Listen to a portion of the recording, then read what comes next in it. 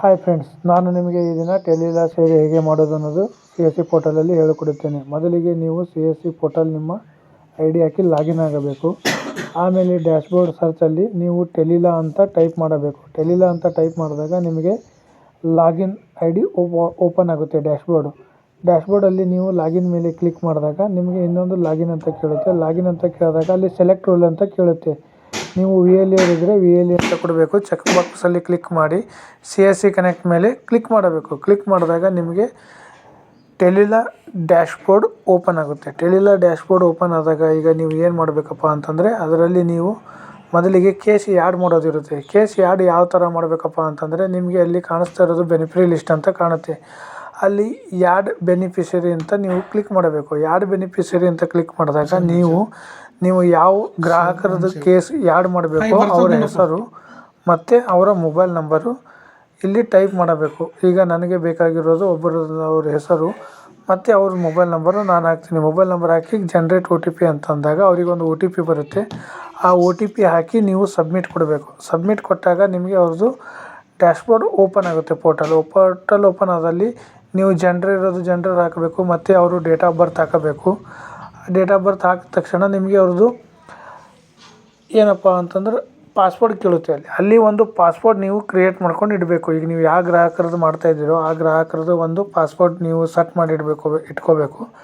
Password set ಮಾಡಿದಾಗ next ನಿಮ್ಗೆ ಏನು ಕೇಳುತ್ತೆ, ಕನ್ಫರ್ಮ್ ಪಾಸ್ವರ್ಡ್ ಅಂತ ಕೇಳುತ್ತೆ.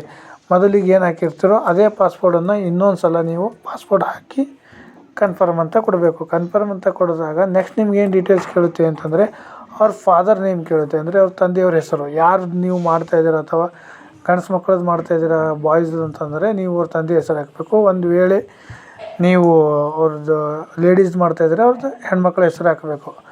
ಅಲ್ಲಿ ಅವ್ರ ಹೆಸರು ಹಾಕಿ ನೆಕ್ಸ್ಟ್ ನಿಮ್ಗೆ ಏನು ಕೇಳುತ್ತೆ, ಅವ್ರದ್ದು ಕ್ಯಾಟಗರಿ ಕೇಳುತ್ತೆ. ಯಾವ ಕ್ಯಾಟಗರಿ, ಕಾಸ್ಟ್ ಯಾವುದು, ಮತ್ತು ಸ್ಟೇಟ್ ಕೇಳುತ್ತೆ. ಸ್ಟೇಟ್ ಯಾವುದು, ನಿಮ್ಮ ಡಿಸ್ಟಿಕ್ಕು, ತಾಲೂಕು ಯಾವುದು, ಇದನ್ನು ನೀವು ಸೆಲೆಕ್ಟ್ ಮಾಡ್ಕೋಬೇಕು. ತಾಲೂಕು ಮಾಡಿದಾಗ ನಿಮಗೆ ಪಂಚಾಯತಿ ಕೇಳುತ್ತೆ. ಅಂದರೆ ನೀವು ತಾಲೂಕದಲ್ಲಿ ಯಾವ ಪಂಚಾಯತಿ ಇದೆ ಅಂತ ಪಂಚಾಯತಿ ಕೇಳುತ್ತೆ. ಕೇಳಿ ಇದನ್ನೆಲ್ಲ ಸೆಲೆಕ್ಟ್ ಮಾಡಿದಾಗ ನೀವು ಕೆಳಗಡೆ ನಿಮಗೆ ಯಾವುದ್ರ ಸಲುವಾಗಿ ಅಂತ ಕೇಳುತ್ತೆ. ಯಾವ ಕೇಸ್ ನೀವು ಆ್ಯಡ್ ಮಾಡಬೇಕಂತ ಕೇಳುತ್ತೆ. ಅದನ್ನು ಸೆಲೆಕ್ಟ್ ಮಾಡ್ಕೊಂಡು ನಿಮಗೆ ಕೆಲವು ಡಾಕ್ಯುಮೆಂಟ್ಸ್ ಅಪ್ಲೋಡಿಗೆ ಕೇಳುತ್ತೆ. ಅಪ್ಲೋಡ್ ಮಾಡಬೇಕಂತ ಏನಿಲ್ಲ, ನೀವು ಅಪ್ಲೋಡ್ ಮಾಡದೇ ಇದ್ರೂ ನಡೆಯುತ್ತೆ. ಟರ್ಮ್ಸ್ ಆ್ಯಂಡ್ ಕಂಡೀಷನ್ ಮೇಲೆ ಚೆಕ್ ಬಾಕ್ಸ್ ಮೇಲೆ ಕ್ಲಿಕ್ ಮಾಡಿ ಸೈನ್ ಇನ್ ಅಂತ ಕೊಡಬೇಕು. ಆಮೇಲೆ ನಿಮಗದು ಗೋ ಟು ಸಕ್ಸಸ್ ಆಗುತ್ತೆ. ಸಕ್ಸಸ್ ಆದಾಗ ನಿಮಗೆ ಈಗ ನೀವು ರಿಜಿಸ್ಟ್ರೇಷನ್ ಮಾಡಿದರೆ ಈಗ ನಿಮಗೆ ಆ್ಯಡ್ ಕೇಸ್ ಅಂತಂದರೆ ಸ್ಲಾಟ್ ಬುಕ್ ಮಾಡಬೇಕಂತಂದರೆ ನೀವು ಮೊದಲಿಗೆ ಆ್ಯಡ್ ಕೇಸ್ ಮೇಲೆ ಕ್ಲಿಕ್ ಮಾಡಬೇಕು.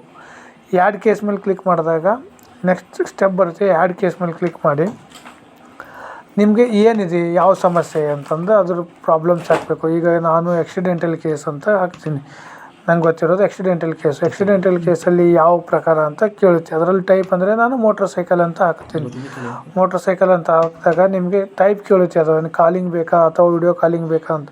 ಅದನ್ನು ಸೆಲೆಕ್ಟ್ ಮಾಡಿದಾಗ ನೀವು ಸ್ಲಾಟ್ ಇದೆ ನೋಡಿ, ಆ ಸ್ಲಾಟ್ ಮೇಲೆ ನೀವು ಕ್ಲಿಕ್ ಮಾಡಬೇಕು. ವೈಟ್ ಇರೋದು ಸ್ಲಾಟ್ ಖಾಲಿ ಇದ್ದಾಗೆ ಆ ವೈಟ್ ಇರೋ ಸ್ಲಾಟ್ ಮೇಲೆ ಖಾಲಿ ಮಾಡಿ ನಿಮಗೆ ಕ್ಯಾಪ್ಚರ್ ಕೋಡ್ ಕೇಳುತ್ತೆ. ಆ ಕ್ಯಾಪ್ಚರ್ ಕೋಡ್ ಹಾಕಿದ ತಕ್ಷಣ ನೀವು ಅಲ್ಲಿ ಸೇವ್ ಅಂತ ಕೊಟ್ಟಾಗ ಒಂದು OTP ಹೋಗುತ್ತೆ. OTP ಬಂದು ನೀವು ಸಬ್ಮಿಟ್ ಮಾಡಿದಾಗ ನಿಮಗೆ ಟೆಲಿಲಾ ರಿಜಿಸ್ಟ್ರೇಷನ್ ಆಗುತ್ತೆ. ನಿಮಗೆ ನೀವು ಯಾವ ಟೈಮಿಂಗು ಮತ್ತು ಯಾವ ಡೇಟಿಗೆ ಸೆಲೆಕ್ಟ್ ಮಾಡಿರ್ತೀರೋ ಆ ಡೇಟಿನಲ್ಲಿ ಲಾಯರ್ ಅವರು ನಿಮಗೆ ಕಾಲ್ ಮಾಡಿ ಇದರ ಬಗ್ಗೆ ಮಾಹಿತಿ ನೀಡ್ತಾರೆ. ಇಷ್ಟೇ ಫ್ರೆಂಡ್ಸ್ ಟೆಲಿಲಾ ಸೇವೆಗಳ ಬಗ್ಗೆ. Thank you.